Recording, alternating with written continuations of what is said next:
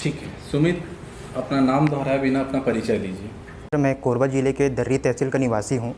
मेरी स्कूली शिक्षा सरस्वती शिशु मंदिर दर्री कोरबा से ही हुई है तथा मैंने अपना ग्रेजुएशन मैकेनिकल ब्रांच से Christian college of engineering and technology Bhilai Durg से 2018 में की है तथा इसके पश्चात मैंने अपना संपूर्ण प्रयास छत्तीसगढ़ लोक सेवा आयोग के लिए किया है तथा यह मेरा चौथा प्रयास है सर।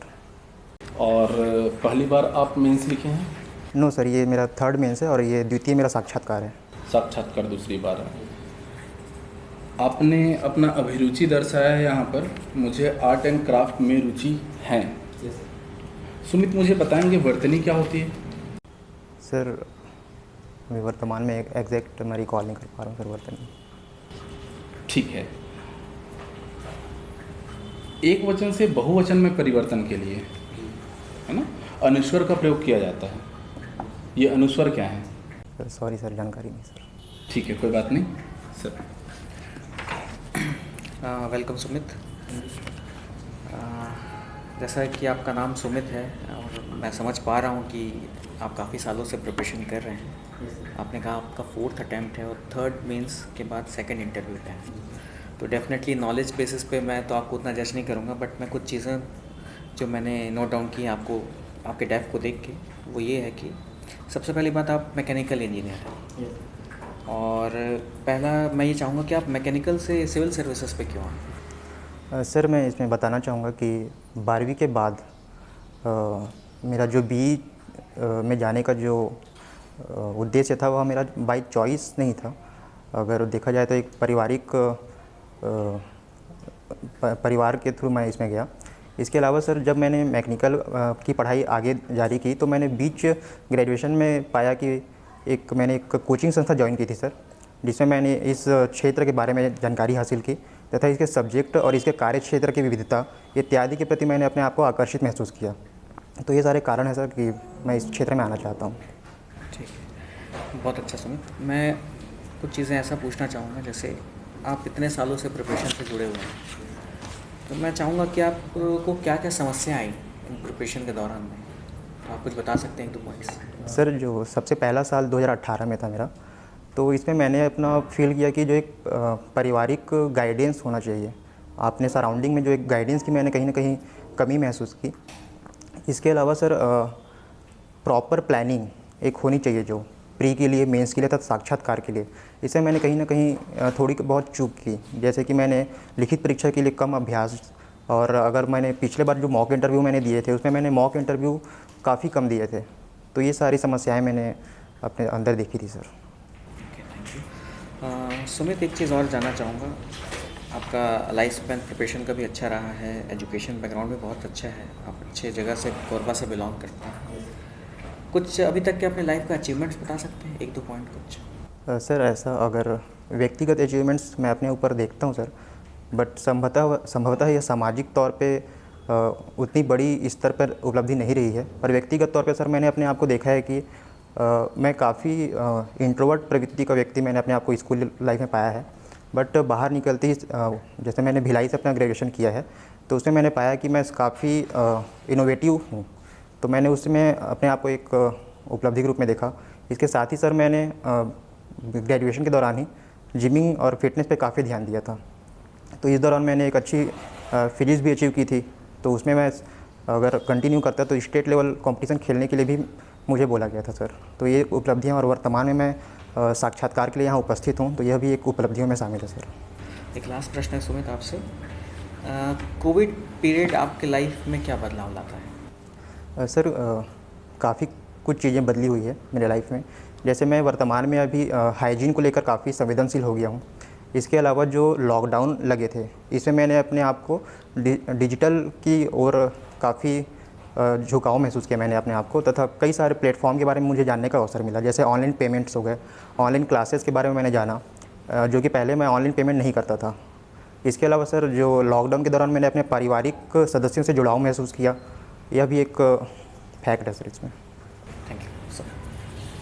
सुमित, आपने अपने हॉबी में लिखा हुआ है आर्ट एंड क्राफ्ट, किस प्रकार का आर्ट एंड क्राफ्ट करते हैं आप? सर जैसे घरों में जो हमारे वेस्टेज रहते हैं, जिसे बेचा जाता है कबाड़ी वगैरह में, तो उसको मैं पुनः यूज़ करके कुछ ऐसे चीज़ें बनाता हूँ जो जिसे हम डेकोरेशन के रूप में यूज़ कर सकते हैं घरों में।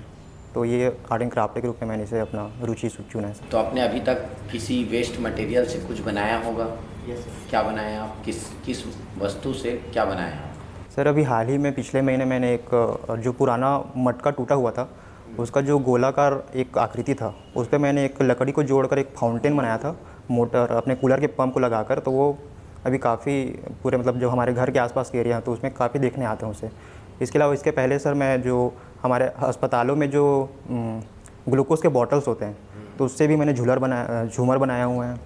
इसके अलावा जो एक रस्सी होती है सर धागे से, उससे मैंने कई सारी चीज़ें बनाई हैं सर, और बहुत सारी चीज़ें, तो बाँस से भी बहुत कुछ बनाया सर मैंने। तो आपको इस क्षेत्र में काफ़ी इंटरेस्ट रहा है शुरुआत से, तो फिर छत्तीसगढ़ में भी जो आर्ट एंड क्राफ्ट है उसको लेकर आप इंटरेस्ट दिखाते होंगे? यस।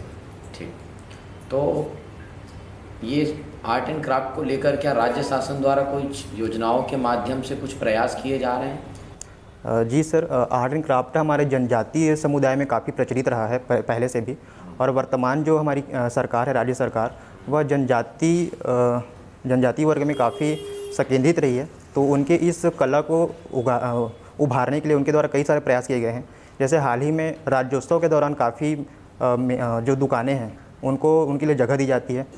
इसके अलावा हाल ही में पंडरी में जो एक क्राफ्ट मेला लगाया गया था, तो यह भी एक प्रयास है। उस क्राफ्ट मेले का नाम बता सकते हैं? हमेशा लगता है वो क्राफ्ट मेला, मेरे ख्याल से मैं वही समझ पा रहा हूँ जो आप बोल रहे हैं। हमेशा पंडरी में आयोजन होता है प्रत्येक वर्ष, उस मेले का नाम बता पाएंगे आप? आर्ट एंड क्राफ्ट को लेकर पूरे छत्तीसगढ़ का बहुत फेमस होता है वो। जी सर नाम अभी रिकॉल नहीं कर पा रहा हूँ। तो सर इसके अलावा जो है हमारे राज्य में हस्तशिल्प बोर्ड भी बने हुए हैं, और माटी कला केंद्र, मृतिका शिल्प बोर्ड का नाम सुने आप? जी सर, जहाँ तक याद कर पा रहा हूँ ये राजनांदगांव में। मृतिका शिल्प बोर्ड, सॉरी सर, इस बारे में जानकारी नहीं सर। काष्ठ शिल्प बोर्ड का नाम सुने आप? कहाँ पे गठन किया गया इसका? नहीं सर, आइडिया नहीं सर। चलो आप मेरे के ढोकरा कला का नाम सुने होंगे, बिल्कुल उससे रिलेटेड बार बार चर्चाएं होती है और छत्तीसगढ़ को इसके माध्यम से अलग एक पहचान मिलता है। तो ढोकरा कला के माध्यम से किस प्रकार, किस वस्तुओं से, किस प्रक्रिया से कोई मूर्ति बनाया जाता है, वो प्रोसेस बता सकते हैं आप? यस सर, बताइए। सर सबसे पहले तो एक मिट्टी का जो भी ढांचा हमको तैयार करना है, तो उसका मिट्टी नुमा एक ढांचा तैयार किया जाता है, एक आकृति। इसके ऊपर सर हम मोम या बेल मेटल को उसमें सजावट के रूप में उसमें रखते हैं, उसके ऊपर लगाते हैं। इसके ऊपर फिर से हम एक मिट्टी का लेप लगाते हैं सर, जिससे एक बीच में खाका तैयार हो जाता है, तथा उसको गर्म करने के बाद जो भी बेल मेटल है वो पिघल कर बाहर आ जाती है, तथा मोम पिघल के बाहर हो जाती है, तथा इसके भीतर हम पीतल, तांबा, रागा जैसे धातुओं को फिर से उसमें ऐड करके एक आकृति गढ़ सकते हैं सर इसमें। तो ढोकरा कला के माध्यम से हमको फाइनली एक मेटल का ही मूर्ति मिलता है, ऊपर का परत। तो हमने डायरेक्ट मेटल से क्यों नहीं बनाया? मोम और मिट्टी का प्रयोग क्यों किया? उसके कुछ कारण बता सकते हैं आप? ये प्रसिद्धि क्यों है, वही सबसे बड़ा रीज़न है। क्या हुआ, दोनों प्रक्रिया में अंतर क्या है? सर जहाँ तक मैं समझ पा रहा हूँ कि डायरेक्ट धातु से उस आकृति को ढलना कहीं थोड़ी सी मिट्टी के मुकाबले थोड़ा परेशानी है इसमें जनजातियों को, और मिट्टी की उपलब्धता भी काफ़ी सरल है सर जनजातियों में। तो अगर शुरुआती तौर पे देखा जाए तो जहाँ से भी अब जो कला है प्रारंभ हुआ होगा, उसमें मिट्टी की जुड़ाव के कारण इस मिट्टी का उपयोग ज़्यादा किया गया होगा सर। या मैं ऐसा समझ लूँ कि दोनों में वजन का अंतर आता है, या मटेरियल कम लगता है इसलिए वो सस्ता हो जाता है, ये कारण होगा? जी सर, ये भी है सर। सॉरी सर, इसको रिकॉर्ड नहीं कर पाया। ठीक है। तो अब आप अपने आर्ट एंड क्राफ्ट में आपकी रुचि रही है, तो इसमें कुछ आप और कुछ होने चाहिए, सरकार के द्वारा कुछ नियम बनाए जाने चाहिए, कुछ इसको लेकर कुछ चर्चा करेंगे आप? सर वर्तमान में सरकार द्वारा प्रयास तो किए जा रहे हैं, जैसे सी मार्ट में भी इनको जगह दिया गया है, तो ये काफ़ी अच्छा पहल है सर कि हर ज़िले में एक सी मार्ट हो ताकि जनता तक जुड़ा हो सर। बट एक परेशानी मैं जो देखता हूँ कलाओं में, इनकी कीमतें काफ़ी अधिक होती है सर। मैं हाल ही में जगदलपुर गया था, वहाँ एक मेले पे मैंने दौरा किया था इसका, तो काफ़ी महंगे थे सर, जो कि जनता के लिए एक कहीं ना कहीं परेशानी का ये कारण है सर। तो अगर कुछ प्रयास और हो सके सरकार, राज्य सरकार द्वारा, तो इनकी कीमतों पे अगर ध्यान दिया जाए तो ये काफ़ी और जनता तक पहुंच सकती है सर। या राष्ट्रीय अंतर्राष्ट्रीय स्तर पर इसके लिए कुछ आयोजन किए जा सकते हैं, है ना? कहीं पे कुछ इसके लिए प्रदर्शनी का आयोजन किया जा सकता है। जी सर, ये बताना चाहूँगा मैं कि ये भी वर्तमान में जो हमारे माननीय प्रधानमंत्री जी नरेंद्र मोदी जी हैं, उन्होंने मैं एग्जैक्ट याद नहीं कर पा रहा हूँ, किसी अंतर्राष्ट्रीय किसी व्यक्तित्व को ही ढोकरा कला के नाव को भेंट किया था सर। तो ये एक पहचान बनाती है सर, वैश्विक पहचान बनाती है। आपने एक लाइन बोला थोड़ी देर पहले सर को कि आपका झुकाव प्रशासन की ओर बढ़ते गया, तो इसलिए आप इधर आकर्षित हुए, बोले आपने।